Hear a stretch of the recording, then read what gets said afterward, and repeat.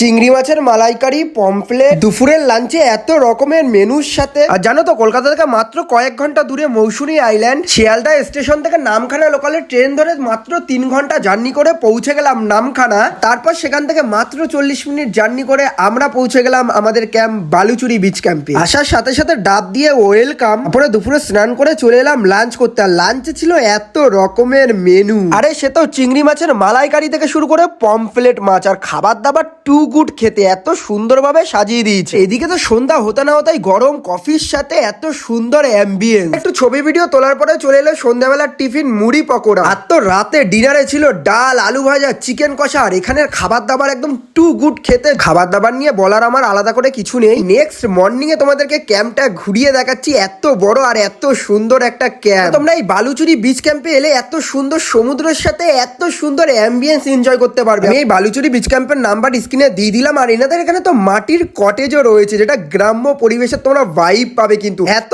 সুন্দর মাটির কটেজ, এইদিকে বিকেলের মিষ্টি একটা সানসেট, এইদিকে তো সন্ধ্যা হতে না হতেই বনফায়ার থেকে শুরু করে মুড়ি আর গরম গরম বেগুনি, সঙ্গে রয়েছে চিকেন বারবিকিউ। আর জানো তো এনাদের এখানে সবকিছুই বেস্ট কোয়ালিটি, চিকেন বারবিকিউ থেকে শুরু করে ক্যাম্পের ডেকোরেশন পর্যন্ত। আর এদিকে কালারফুল লাইট গুলো। তো রাতে ডিনারে ছিল মাটন কষা। আর এখানকার মাটন কষাটা উফ একদম নেক্সট লেভেলের ছিল। কি ভাবছো তোমরা বালুচুরি বিচ ক্যাম্পে আসবে? তাহলে স্ক্রিনে দেওয়া নাম্বার, ডেসক্রিপশনে নাম্বার আছে, কন্ট্যাক্ট করে চলে আসো। কলকাতা থেকে মাত্র কয়েক ঘন্টা দূরে এত সুন্দর একটা জায়গায়।